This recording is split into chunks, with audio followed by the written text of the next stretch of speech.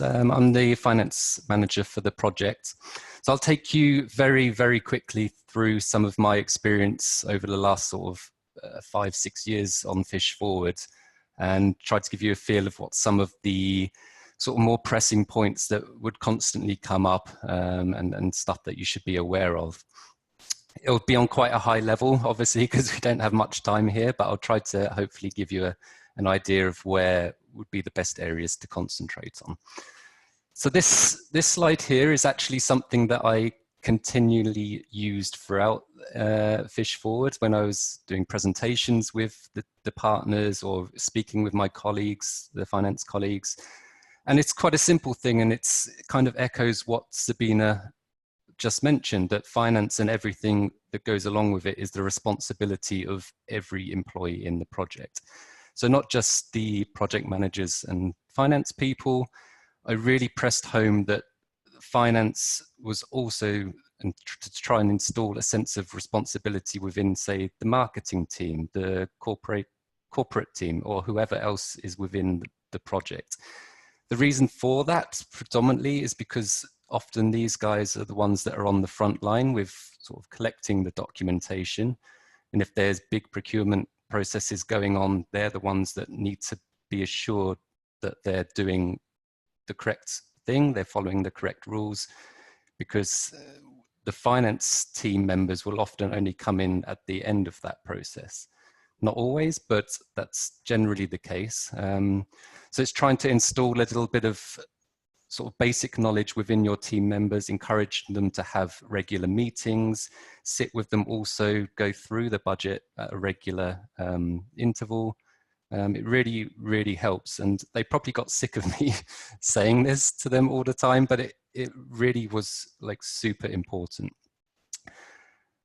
So more of the sort of detailed finance stuff. Starting with this slide, because ultimately the goal is to get a clean audit and submit your reports to the EC as cleanly and as accurately as possible. Now, this slide isn't meant to worry anyone. It's really just a kind of heads up that certainly for us, the audits were super detailed. This is actually for Fish Forward 1, so it goes back a few years now, but you can see when we did our first year of the DEAR project, our Fish Forward 1 total budget was about 5 million euros. So not small, but within that first year, the auditors actually looked at 100% of all of the salary costs and nearly 100% of all of the other costs as well. So it was intense, it was super detailed. So a general rule of thumb, which should be the message going out to you guys and also to your partners, is that just assume that any costs that you're putting into the project will be looked at by the auditors. It's a good rule of thumb to follow, because then that encourages obviously detailed collection of documentation and encourages people to do a good job up front. You can see that the percentages did tail off a little bit, but in general, it was pretty stringent throughout the first Fish Forward project that we did. Now, that's not to say that we then ended up with like thousands and thousands of costs being taken out and being ineligible. We actually had hardly anything taken out at the end of the 3 years.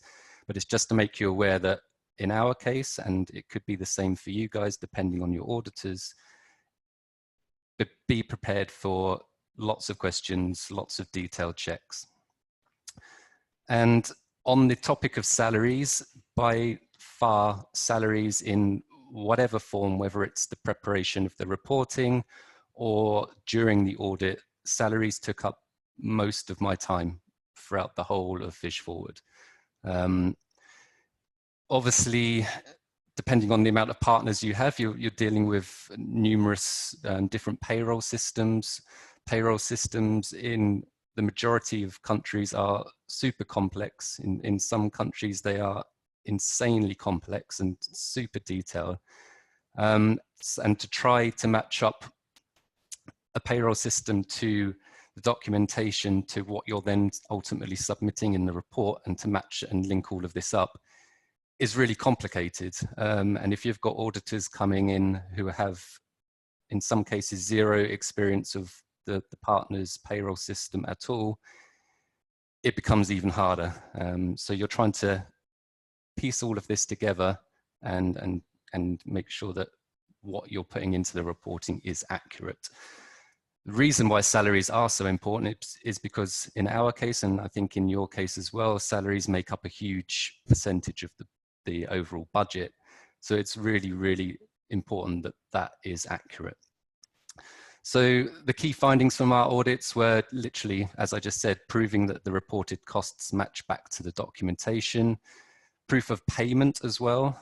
So not just the proof of payment of salaries, but also of the accompanying like social security, etc. Complete and accurate supporting documents. Timesheets need to be 100% accurate, signed, dated, as you'd expect.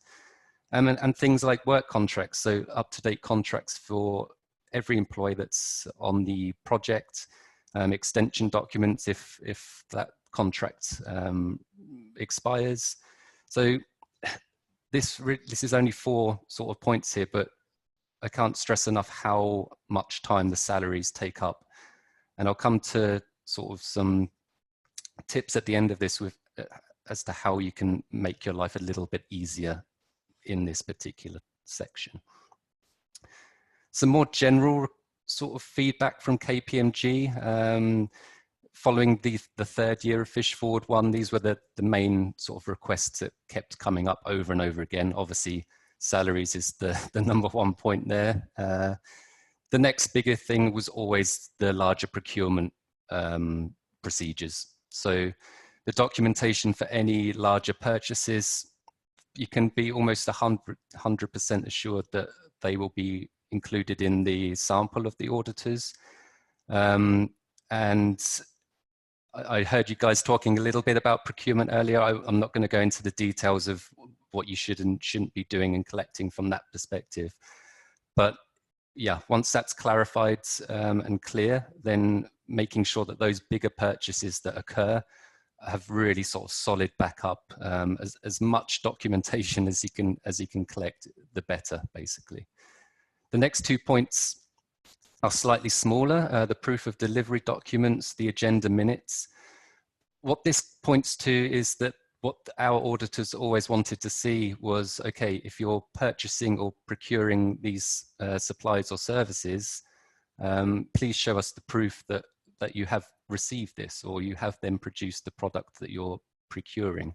The same goes for the agendas minutes. If a partner is flying to another country, super expensive flight, for example, the auditors want proof and reasoning for why that flight occurred. So simply a sort of, we provided the agenda of the meeting or the stakeholder conference or whatever it would be, and this sort of satisfied that process. And then a couple of really much smaller points that definitely didn't come up a lot, but was still worth mentioning.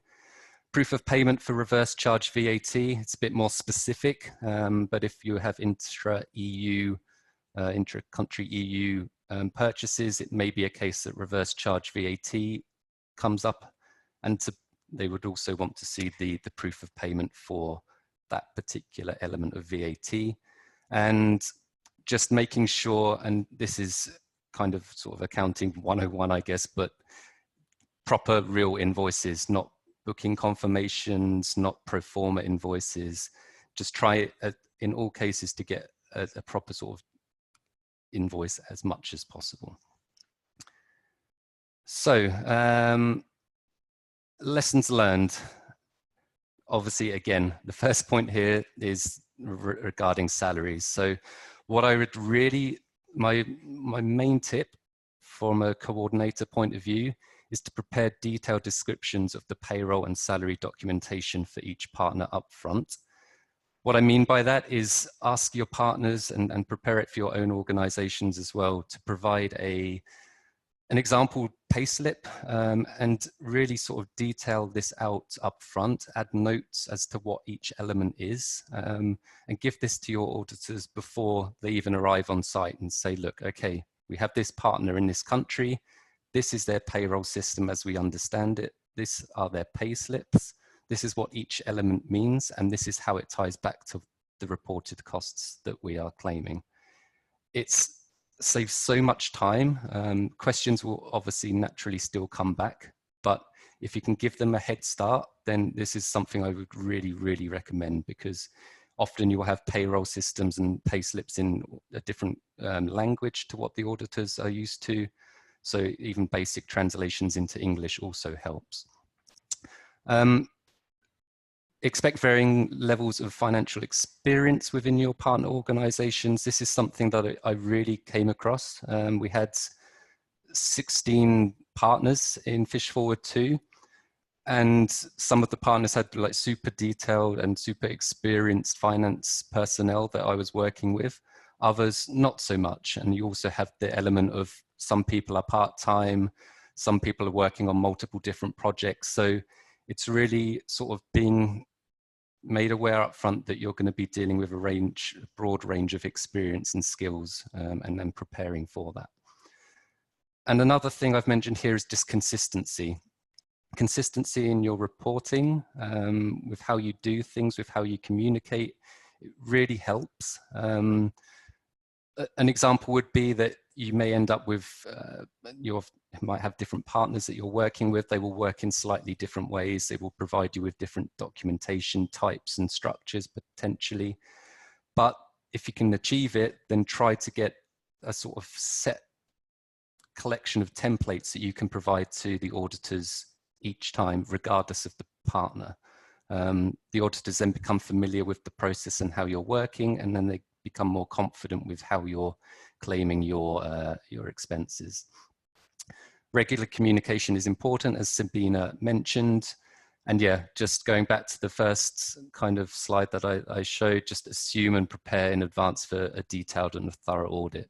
It may vary depending on your auditors and your individual situations, but as I said, good rule of thumb, assume that every single cost will be looked at. And I think that's roughly